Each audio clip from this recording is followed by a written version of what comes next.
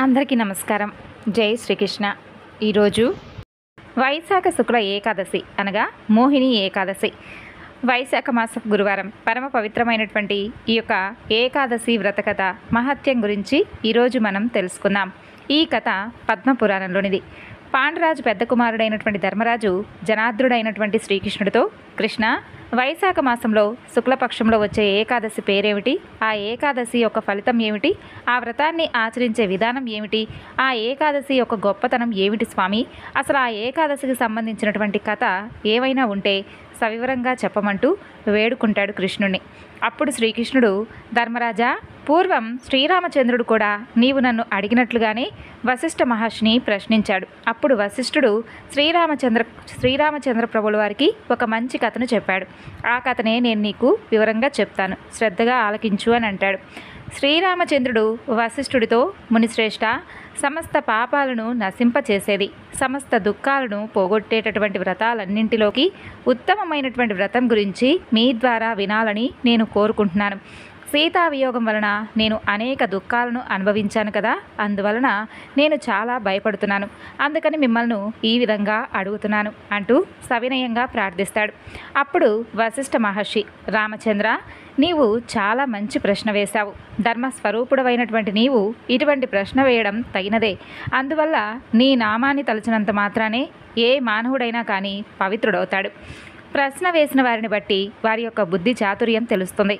చూడు రామచంద్ర, లోకమునందలి ప్రజల క్షేమాన్ని కోరి నీవు నన్ను ఈ ప్రశ్న వేశావు. అందువలన లోకహితం కోసం నేను నీ ప్రశ్నకు తప్పక సమాధానాన్ని చెబుతాను. విను. వ్రతాలన్నింటిలోనూ పవిత్రమైనటువంటి ఉత్తమమైనటువంటి వ్రతం గురించి నీవు అడిగావు, అంతేనా? శ్రద్ధగా విను అంటూ ఇలా చెప్తాడు. శ్రీరామ, వైశాఖ మాసంలో శుక్లపక్షంలో వచ్చే ఏకాదశిని మోహిని అని అంటారు. ఈ ఏకాదశి సమస్త పాపాలను పరిహరిస్తుంది, అన్నింటికంటే శ్రేష్టమైనది. ఈ ఏకాదశి వ్రతాన్ని ఆచరించినటువంటి మానవుడు మహాపాతకముల సమూహం నుండి, సమస్త వ్యామోహాల నుండి విడిపించబడతాడు, విముక్తిని పొందుతాడు. అందువలన నీ వంటి వారిచే ఈ వ్రతం తప్పకుండా ఆచరింపబడాలి. సమస్త పాపాలను, సమస్త దుఃఖాలను ఈ ఏకాదశి వ్రతం నివారిస్తుంది, పుణ్యాలను ప్రసాదిస్తుంది. శుభప్రదమైనటువంటి ఒక కథ గురించి నీకు చెబుతాను. ఏకాగ్రమైనటువంటి మనస్సుతో నేను చెప్పే కథ విను అంటూ, ఇది విన్నంత మాత్రం చేతనే మహాపాపాలన్నీ కూడా నశిస్తాయి రామా. చూడు రామచంద్ర, సరస్వతీ నదీ తీరం మనోహరంగా ఉంటుంది. దాని ఒడ్డున ఒక అందమైనటువంటి ఒక పట్టణం ఉంటుంది. ఆ పట్టణానికి భద్రావతి అనే పేరుంది. ఆ పట్టణమును ద్యుతిమాన్ అనే ఒక రాజు పరిపాలిస్తూ ఉండేవాడు. అతను శ్రేష్టమైనటువంటి రాజవంశంలో జన్మించినవాడు. సత్యవాక్య పాలనయందు నిష్ట కలవాడు. చంద్రవంశంలో జన్మించినవాడు. మంచి ధైర్యవంతుడు, అలాగే సత్య ప్రతిజ్ఞ కలవాడు. ఆ భద్రావతి పట్టణంలో గణపాలుడు అనే పేరు కలిగినటువంటి ధన ధాన్యాది సకల సంపదలు కలిగినటువంటి ఒక వైశ్యుడు ఉండేవాడు. అతను చాలా పుణ్యకార్యాలను చేశాడు. ప్రజలు దాహం తీర్చుకోవడం కోసం ఆ వైశ్యుడు చాలా ప్రదేశాలలో చలివేంద్రాలను కూడా నిర్మించాడు. యజ్ఞ యాగాలు చేసుకునే వారి కోసం యజ్ఞ యాగశాలలు నిర్మించాడు. చెరువులు త్రవ్వించాడు. నీడ కోసం అక్కడక్కడ చెట్లను కూడా నాటించాడు. ఆ విధంగా ఆ వైశ్యుడు అనేక ధర్మ కార్యాలను చేస్తూ ఉండేవాడు. బాటసారులకు సత్రాలను కూడా కట్టించాడు. బాటసారులకు బసలు కూడా ఏర్పాటు చేసేవాడు. ఇంకా ఆ వైశ్యునకు శ్రీ మహావిష్ణువు పట్ల అపారమైనటువంటి భక్తి కూడా ఉంది. పరమ శాంత స్వభావం కలవాడు. అతనికి 5 కుమారులు ఉన్నారు. మొదటివాడి పేరు సుమనుడు, రెండవ వారి పేరు ద్యుతిమంతుడు, మూడవవాడు మేధావి, నాలుగోవాడు సుకృతి, ఇక 5వ వాడి పేరు దుష్టబుద్ధి. అతను పేరుకు తగ్గట్టుగా నిరంతరం కూడా మహాపాపాలను చేయడంలో ఆసక్తి కలిగి ఉండేవాడు. ఎల్లప్పుడూ కూడా వేశ్యలతో తిరుగుతూ ఉండేవాడు. నిరంతరం విటులతో మాట్లాడుతూ ఉండేవాడు. తనను గొప్ప మొనగాడిగా భావిస్తూ ఉండేవాడు. జూదం మొదలైనటువంటి చెడు వ్యసనాల యందు ఆసక్తి కలిగి ఉండేవాడు. ఇక పరస్త్రీలను అనుభవించడంలో ఆనందాన్ని పొందుతూ ఉండేవాడు. దేవాలయంలో ఉన్నటువంటి దేవతల వైపు కన్నెత్తి కూడా చూసేవాడు కాదు. అతిథి అభాగ్యులను ఆదరించేవాడు కాదు. పెద్దవారిని, ముసలివారిని, చివరికి తల్లిదండ్రులను కూడా పూజించేవాడు కాదు, గౌరవించేవాడు కాదు. అయితే ఒక్కసారి కూడా బ్రాహ్మణులు కూడా అతను గౌరవించింది లేదు, పూజించింది లేదు. ఈ విధంగా దుష్టబుద్ధి న్యాయ విరుద్ధమైనటువంటి, ధర్మ విరుద్ధమైనటువంటి పనులన్నీ కూడా నిరంతరం చేస్తూ ఉండేవాడు. దుర్మార్గమైనటువంటి ఆ యొక్క ప్రవర్తన వలన తాతాతండ్రులు సంపాదించినటువంటి ధనాన్నంతా కూడా విచ్చలవిడిగా అతను ఖర్చు చేసేవాడు. తినకూడనటువంటి వస్తువులను తినేవాడు. ఎప్పుడూ కూడా కళ్ళు తాగుతూ మైకంలో ఉండేవాడు. మహా పాపాత్ముడవుతాడు. ఇక 4 రోడ్లు కలియ చోట్ల నలుగురు తిరుగుతూ ఉండగా అందరూ చూస్తూ ఉండగా వేశ్యలపై చేతులు వేసి తిరుగుతూ ఉండేవాడు. తాను చేసేటటువంటి ఘనకార్యాలను అందరూ చూస్తున్నారా లేదా అని, తనను గురించి ఎవరెవరు ఏ విధంగా అనుకుంటున్నారా అని అన్ని దిక్కులకు తన చూపును ప్రసరింపచేసేవాడు. అలా అతను తిరుగుతూ ఉండగా ఒకనాడు అతని తండ్రి అతన్ని చూశాడు. తండ్రి అతన్ని అసహించుకున్నాడు. అందుకని తండ్రిపై కోపం తెచ్చుకొని ఇంటికి వచ్చిన తర్వాత చాలా బలం కలిగినటువంటి కొంతమంది సేవకులచే తండ్రిని బయటకు వేస్తాడు. అతని ప్రవర్తన బంధువులందరికీ కూడా తెలుస్తుంది. అతని బంధువులు ఎవ్వరూ కూడా చేరనివ్వడం లేదు. కొంతకాలానికి తన చేతి అందున్నటువంటి ఉంగరాలను, కంఠాభరణాలను తక్కువ ధరకే అమ్మేసి ఆ ధనంతో కొంతకాలం కాలక్షేపం చేశాడు. అతని వద్ద ధనం పూర్తిగా అయిపోయిన విషయాన్ని వేశ్యలు కూడా తెలుసుకుంటారు. అతనితో అలా ప్రవర్తిస్తూ ఉన్నటువంటి వేశ్యలు అతన్ని వారి వద్దకు కూడా కనీసం రానివ్వడం లేదు. ఒకవేళ వచ్చినా గుమ్మం వద్దనే తిట్టి పెడుతూ ఉన్నారు, అవమానిస్తున్నారు. ధనహీనులైన వారితో ఆ యొక్క వేశ్యలకు పని ఉండదు కదా. ఇక దుష్టబుద్ధికి ధరించడానికి పరిశుభ్రమైనటువంటి వస్త్రాలు కూడా లేకుండా పోయేవి. అందువలన పూర్తిగా మాసిపోయిన, చిరిగిపోయినటువంటి వస్త్రాలను కట్టుకొని తిరుగుతూ ఉండేవాడు. తినడానికి సరైనటువంటి తిండి కూడా ఉండేది కాదు. దాంతో ఆకలితో ఎప్పుడూ బాధపడుతూ ఉండేవాడు. ఇక అలా దుఃఖపడుతూ, అయ్యో ఇప్పుడు నేనేం చేయాలి, ఎక్కడికి వెళ్ళాలి, ఇక మీదట నా జీవితం ఏ విధంగా గడవాలి అంటూ ఆలోచిస్తూ బాధపడుతూ ఉంటాడు. ఆ విధంగా జీవితం గడుపుకోవడానికి అతనికి అసలు అవకాశం అనేది లేకుండా పోతుంది. చివరకు దొంగతనం చేయడం ప్రారంభిస్తాడు. దొంగతనం చేయడం మొదటిసారి అయినందువలన మొదటి రోజే రాజభటులకు దొరికిపోతాడు. భటులు అతన్ని పట్టుకుంటారు. కానీ అతని తండ్రి ధార్మికుడు, గౌరవనీయుడు కాబట్టి అతని ముఖం చూసి కొద్ది శిక్షను మాత్రమే వేసి మొదటి తప్పుగా గుర్తించి క్షమించి విడిచిపెడతాడు రాజు. చేసేది లేక అతను మరలా రెండోసారి కూడా దొంగతనం చేస్తాడు. మరలా దొరికిపోతాడు. ఇక భటులు ఈసారి పూర్వం కంటే కొంచెం కఠినంగా అతన్ని శిక్షిస్తారు. ఆ తర్వాత విడిచిపెడుతూ గట్టిగా మందలించి హెచ్చరిస్తారు. ఇకపై దొంగతనం చేయనని చెప్పి మాటిస్తాడు. అయినప్పటికీ కొన్ని రోజులు గడిచిన తర్వాత ఎప్పుడూ కూడా అతను ఏ విధమైనటువంటి మార్గాన్ని ఎంచుకున్నాడో ఆ విధంగానే మరలా దొంగతనం చేస్తూ భటులకు దొరికిపోతాడు. ఎన్నిసార్లు మందలించినా, హెచ్చరించినా అతను తన యొక్క చెడ్డ బుద్ధిని మాత్రం మార్చుకోలేకపోతాడు. దుర్వ్యసనాలకు బాగా బానిసైపోతాడు. తాను చేసేటటువంటి దురాచారాలను అతను విడిచిపెట్టలేకపోతాడు. ఇక భటులు కూడా విసిగిపోతారు. అతనికి పేడీలు వేసి బంధిస్తారు. కారాగారంలో బంధించి ఉంచుతారు. కొరడాలతో కొడతారు. అనేక విధాలమైనటువంటి శిక్షలను అనుభవింపజేస్తారు.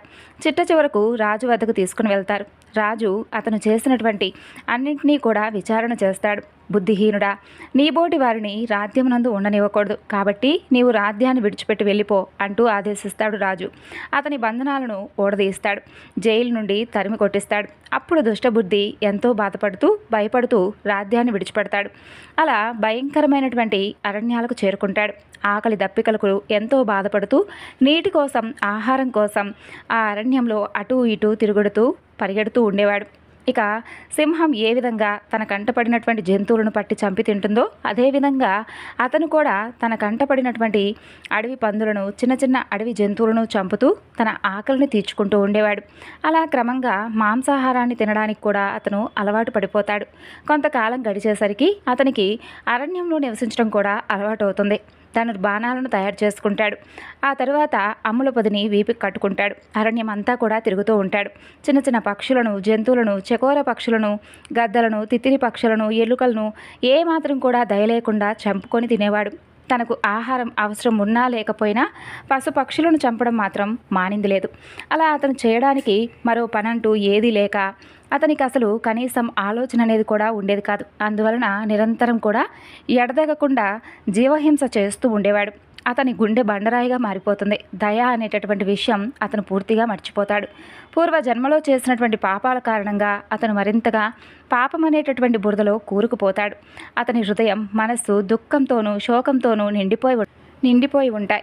పగలు రాత్రి నిరంతరం కూడా తన ముందుగతి ఏమిటా అని చెప్పి దీర్ఘంగా ఆలోచిస్తూ ఉంటాడు. అతనికి దిక్కు తోచకుండా పోతుంది. ఒకానొక నాడు అతను చాలా దూరంగా ఉన్నటువంటి అరణ్యంలో తిరుగుతూ ఉంటాడు.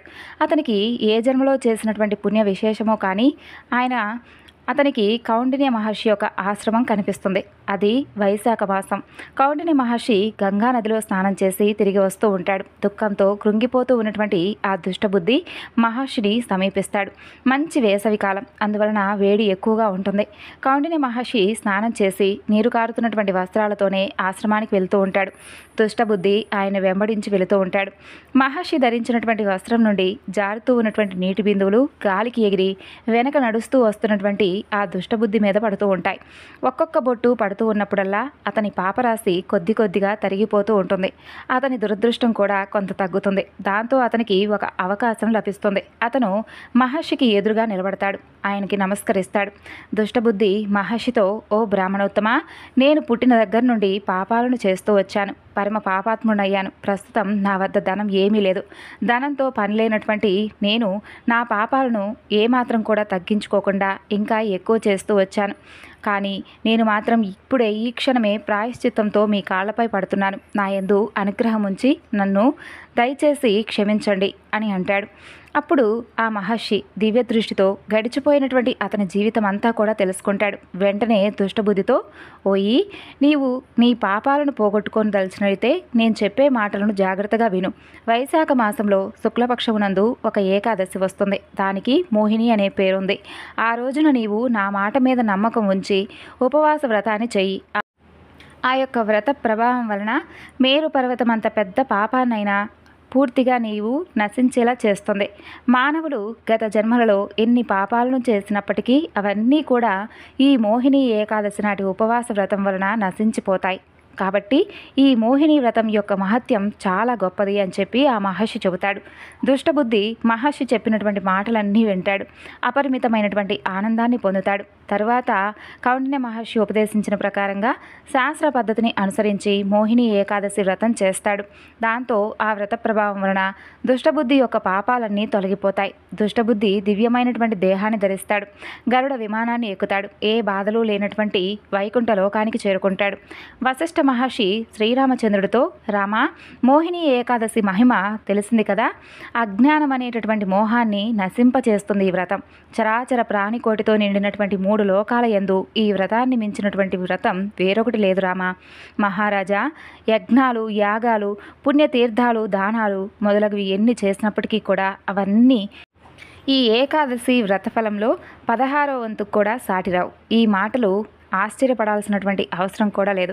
ఈ మోహిని ఏకాదశి మహత్యాన్ని చదివినా విన్నా 1000 గోదానములు చేసినంతటి మహాపుణ్యం లభిస్తుందని చెప్పి వశిష్ఠ మహర్షి శ్రీరామచంద్రుడికి చెప్పినటువంటి మోహిని ఏకాదశి వ్రతకథ అని చెప్పి శ్రీకృష్ణుడు ధర్మరాజుకు వివరిస్తాడు. ఇక ఈ ఏకాదశి నాడు మరొక చక్కని పరమ పవిత్రమైనటువంటి కథ గురించి తెలుసుకుందాం. నారద మహర్షి ప్రాచీన బర్హి అనే మహారాజుకు ఈ యొక్క పురంజనోపాఖ్యానం గురించి వివరిస్తాడు. ప్రాచీన కాలంలో ఒక రాజు కేవలం ఈ శరీరమే శాశ్వతం అనుకొని, తాను భూమి మీద శాశ్వతంగా ఉండిపోతాను అనుకొని, తాను ఎటువంటి మార్గంలో సంపాదించినా కూడా తనను అడిగేవారు లేరని అనుకొని ఒక రకమైనటువంటి అజ్ఞానంలో జీవితాన్ని గడిపేస్తూ ఉంటే, చాలా తొందరగా అతనికి జ్ఞానోదయం కల్పించడం కోసమై మహాత్ముడైనటువంటి నారదుల వారు ప్రాచీన బర్హికి చెప్పినటువంటి కథే పురంజనోపాఖ్యానం అని పేరు. మరి సుఖముని పరీక్షిత్ మహారాజుతో ఇలా చెప్తాడు. ఓ రాజా, పూర్వకాలంలో పురంజనుడు అనేటటువంటి రాజుండేవాడు. ఆయన తాను నివసించడానికి యోగ్యమైనటువంటి కోట, తాను నివసించడానికి యోగ్యమైనటువంటి రాజ్యాన్ని అన్వేషిస్తూ బ్రహ్మాండాలన్నిటా కూడా తిరుగుతూ ఉంటాడు. కానీ ఆయనకు ఏదీ నచ్చలేదు. చివరకు హిమవత్ పర్వతపు దక్షిణ కోసం ఉన్నటువంటి ఒక దుర్గమును చూశాడు. అది చాలా బాగుంది, నేను అందులో ప్రవేశిస్తానని చెప్పి అనుకుంటాడు. అప్పుడు అందులో నుండి చాలా అందమైనటువంటి యవ్వనం అంకురిస్తూ ఉన్నటువంటి ఒక స్త్రీ బయటకు వచ్చింది. ఆవిడ బయటకు వస్తూ ఉంటే ఆవిడ వెనుక 5 తలల పాము ఒకటి బయటకు వచ్చింది. ఆవిడ పక్కన 11 మంది కాపలా కాసే భటులు వచ్చారు. ఒక్కొక్కరి వెనుక 100 చొప్పున సైనికులు ఉన్నారు. ఆవిడని చూసి పురంజనుడు, నీవు ఎవరు అని ప్రశ్నించాడు. పురంజనుడు తాను ఒక్కడనే ఉన్నానని, తనతో ఎవరూ లేరని అనుకుంటూ ఉంటాడు. కానీ ఆయన వెనుక అవిజ్ఞాతుడు అనబడేటటువంటి మిత్రుడు ఉంటాడు. ఆ అవిజ్ఞాతుడు అనగా తెలియబడినటువంటి వాడు అని అర్థం. ఆయన ఎప్పుడూ కూడా పురంజనుడు వెనకాలే ఉండేవాడు. కానీ పురంజనుడు ఎప్పుడూ కూడా వెనక్కి తిరిగి చూడడు. అలా పురంజనుడు ఆ కాంతను, నీవు ఎవరు అని అడిగాడు. అప్పుడు ఆమె, ఏమో నాకు కూడా తెలియదు, నా తల్లిదండ్రులు ఎవరో కూడా నాకు తెలియదు, నేను పుట్టి బుద్ధి ఎరిగి ఇక్కడే ఉన్నాను. ఈ కోటలో ఉంటూ ఉన్నాను. నువ్వు మంచి యవ్వనంలో ఉన్నావు. నా పేరు పురంజని, నీ పేరు పురంజనుడు. అందుకని నీవు ఈ కోటలోకి రా. వస్తే మనిద్దరం మానుషమైనటువంటి భోగాలను అనుభవిద్దాం. 100 సంవత్సరాలు నీవు ఇందులో ఉందు గాని. ఈ కోటకు ఒక గమ్మత్తు ఉంది. ఈ కోటకు తూర్పు దిక్కుగా 5 ద్వారాలుంటాయి. ఆ 5 ద్వారాల నుండి బయటకు వెళ్ళవచ్చు. కానీ బయటకు వెళ్ళేటప్పుడు ఒక్కొక్క కోట ద్వారంలో నుంచి వెళ్ళేటప్పుడు ఒక్కొక్క మిత్రుడినే తీసుకుని వెళ్ళాలి. ఆ మిత్రులకు పేర్లు ఉంటాయి. వాళ్ళతోనే బయటకు వెళ్ళాలి. అలా ఆ ద్వారంలో నుండి బయటకు వెళ్తే ఒక భూమికి చేరుకుంటావు. ఆ దేశంలో నీవు విహరించవచ్చు, మరలా వెనక్కి వచ్చేయవచ్చు అని చెబుతుంది. ఆయన కూడా చాలా సంతోషించి ఆవిడని వివాహం చేసుకుంటాడు. అలా వారిద్దరూ కలిసి సంతోషంగా జీవనం గడుపుతూ ఉంటారు. పురంజనుడు అంటే ఎవరో కాదు, మనమే, మన కథే అక్కడ చెప్పబడిందే. పురంజనుడు కోట కోసం వెతుకుతూ ఉంటాడు. వెతికి దక్షిణ దిక్కున హిమవత్ శృంగమునందు వేలాడుతూ ఉన్నటువంటి కోటను చూశాడు. దక్షిణ దిక్కున ఊరికి శ్మశానం ఉంటుంది. అంటే ఏనాటికైనా కానీ శ్మశానంలో చేరవలసినటువంటి శరీరంలో ప్రవేశించడానికి సిద్ధపడ్డాడు. పురంజనుడు అక్కడికి వెళ్ళేసరికి ఒక అందమైనటువంటి మేడ కనిపించింది. అక్కడ మేడగా చెప్పబడింది శరీరంలో ఉన్నటువంటి తల. శరీరానికి పైన చక్కటి ఒక అందమైనటువంటి తలకాయ ఉంటుంది కదా, దాని మీద ఉన్నటువంటి వెంట్రుకలే పూలతలు, చేతులు, కాళ్ళు ఇవన్నీ కూడా అగడ్తలు. లోపల ఉన్నటువంటి ఇంద్రియాలు భోగస్థానాలు. లోపల రత్నాలతో కూడినటువంటి వేదికగా చెప్పబడింది హృదయస్థానం. అక్కడ ఈశ్వరుడు ఉంటాడు. అక్కడ ఒక పాన్పు ఉంటుంది. దాని మీద మనం రాత్రివేళ నిద్రపోతాం. అంటే ఇంద్రియాలు మనస్సు బడలిపోయి వెనక్కి వెళ్ళిపోయి ఆత్మలో ప్రవేశించి మరీ నిద్రపోతాయి కదా. అప్పుడు మనకి ఏమీ తెలియనటువంటి స్థితి మనకు ఏర్పడుతుంది. పురంజనుడు ఎదురు వచ్చి తనను వివాహం చేసుకోమన్నది ఒక స్త్రీగా మనం చెప్పుకున్నాం. అప్పుడు పురంజనుడు ఆమెను నీవు ఎవరు అని ప్రశ్నించాడు. ఆవిడ నాకు తెలియదు అంది. ఆవిడ బుద్ధి. ఆవిడను 5 తలల పాము కాపాడుతూ ఉంటుంది. అవే పంచప్రాణాలు. ప్రాణ అపాన వ్యాన ఉదాన సమానములు అనేటటువంటి 5 ప్రాణాలు. ఆవిడతో పాటు 11 మంది భటులు కూడా వచ్చారు కదా, వారే పంచ జ్ఞానేంద్రియాలు, పంచ కర్మేంద్రియాలు, మనస్సు.